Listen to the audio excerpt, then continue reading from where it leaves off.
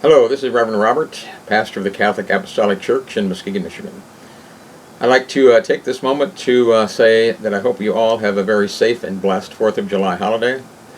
This is such a bittersweet time for lots of people.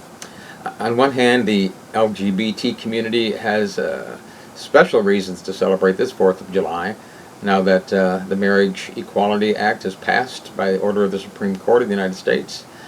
And that community is allowed to marry now if they want to have the same American rights as every other citizen of this wonderful country. I celebrate with you. I think it's long overdue, and I'm extremely happy for you. On the other hand, the bitter part of the bittersweet is so many people that you are seeing on the news now, county clerks resigning, pastors screaming about setting themselves on fire and doing all sorts of things. Wow, and you're the same people who are going to attend church on Sunday and hear a scripture about loving one another. It boggles my mind.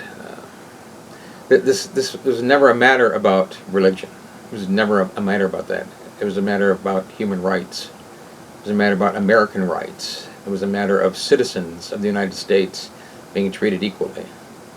And I hope that we can come and look at it like that. We are never going to agree on religion and what parts of the Bible that we think we should follow. I would dare say, and if anybody is watching this and you know somebody, I would dare say that there is not one person alive who follows every single word in the Bible. If there is, I'd love for you to contact me. If you follow every single sentence in the Bible, please contact me because I'd like to get to know you. That aside, we still find ourselves troubled. And it's happening on both sides. Some of the people in the LGBT community, we're so excited that there are articles about let's change the flag of the United States to the rainbow colors. That's never going to happen. Those types of things are fueled by the media because they want this thing to keep going. They want it to keep festering. It's never going to happen. LGBT soldiers who have lived and still live and who have given their lives in sacrifice to this great nation would never want that to happen. Never. It's not going to happen. So, if we can just let those things aside, a friend of mine said, I feel like ever since they got the right to marry, they're rubbing our noses in it. It's a matter of celebration. It's a matter that a group of people is celebrating finally having the right to marry. Are people going a little overboard in some areas? Yeah, maybe. It's going to calm down. But it's not only that side that's going overboard, it's the other side. How can a government employee who takes an oath to defend the Constitution and their state constitution say, I am not issuing you a marriage license? What does that have to do with your life? What does it have to do? It has nothing to do. It's your job. You take the money, you verify the identity, you give them the license, you wish them well. That's the end of your involvement. No one is saying that you have to be there to give the bride away. No one is saying you have to be out front, throwing confetti and being part of the wedding and congratulating everybody. Do your job as an elected public official. I think you're making absolute fools of yourself by what you're doing, because this is not a matter of religion. It's a matter of law in the nation now. So, can we just let this go? Can we just get together and celebrate the fact that this is a great nation, and that slowly, methodically, we are opening ourselves up to the fact that parts of our country, parts of our great citizens, have not been given the same rights that other people have. We saw this in the civil rights movement.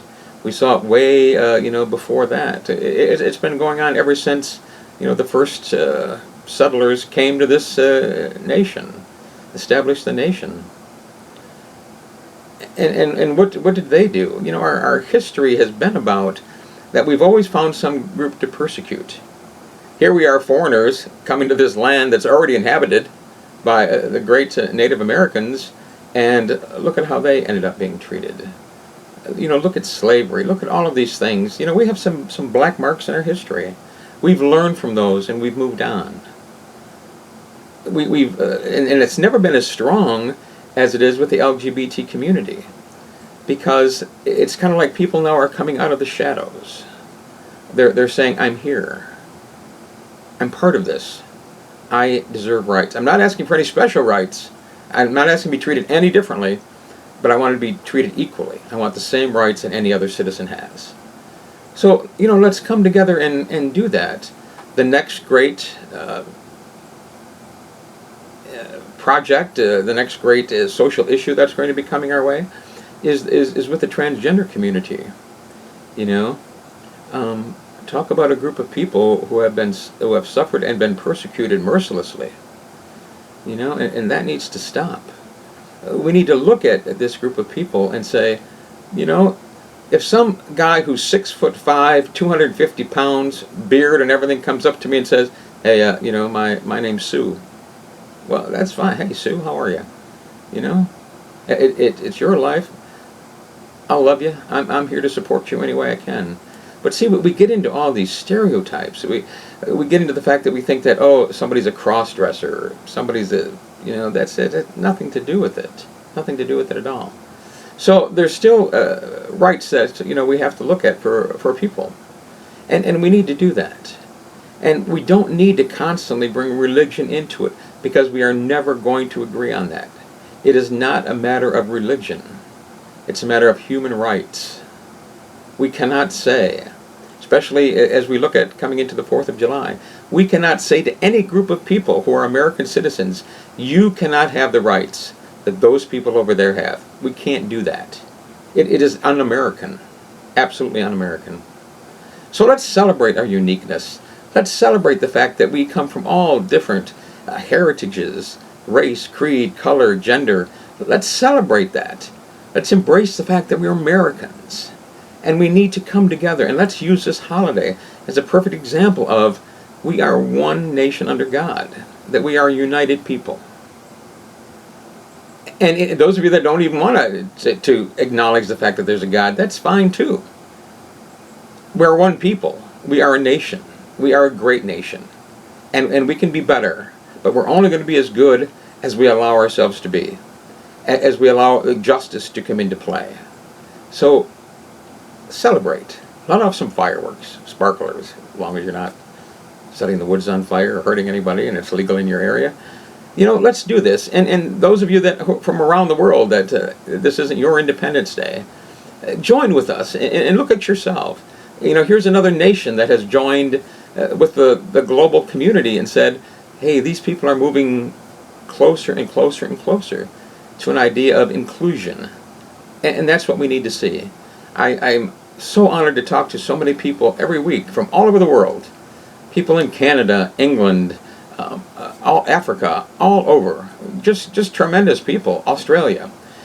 You just enhance my life so much, and I'm so thankful that I've met you. And this 4th of July, I'm going to celebrate you. I'm going to celebrate the tremendous amount of love. I'm going to celebrate your compassion. I'm going to celebrate us as a nation. And my hope is that this 4th of July, we will be able, when we're watching fireworks or we're looking at one another, we can have a sense of we are neighbors, we are together, and we are one. Because that is the only way that we're going to make it through this life. So, as always, you have my love and support. Have a great holiday. And those of you that aren't in the United States and don't celebrate this holiday, have a great weekend and continue to love yourself. Thanks.